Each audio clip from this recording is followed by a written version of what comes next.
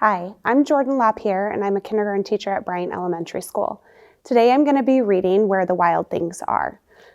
Our story and pictures are by Maurice Sendak. The night Max wore his wolf suit and made mischief of one kind. His mother called him Wild Thing, and Max said, "I'll eat you up." So he was sent to bed without eating anything.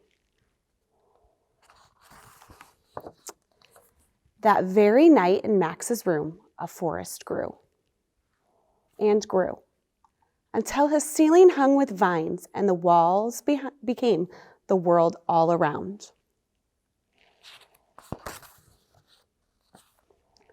And an ocean tumbled by with a private boat for Max, and he sailed off through night and day.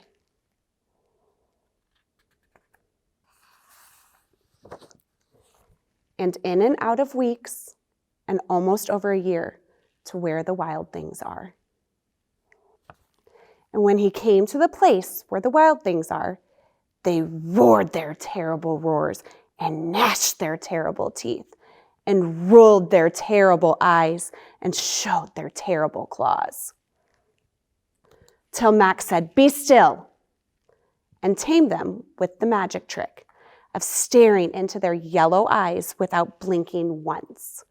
And they were frightened and called him the most wild thing of all, and made him king of all wild things. "And now," cried Max, "let the wild rumpus start."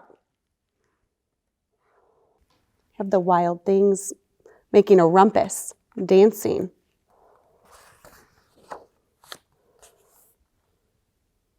And hanging and swinging.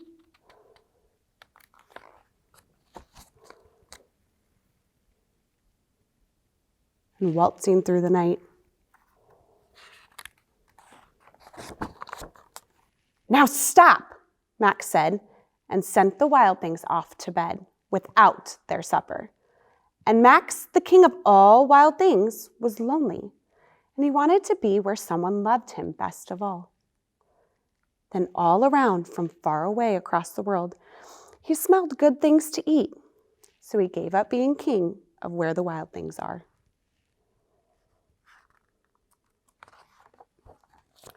But the wild things cried, "Oh, please don't go. We'll eat you up. We love you so." And Max said, "No."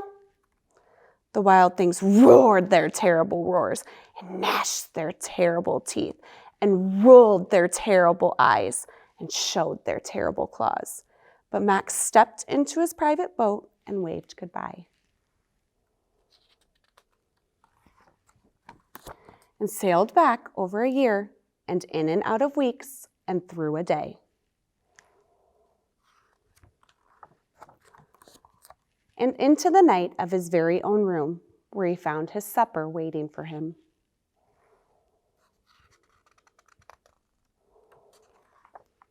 And it was still hot. That's the end of our story today. This is one of my favorite books. I'm so glad that you're able to share it with me.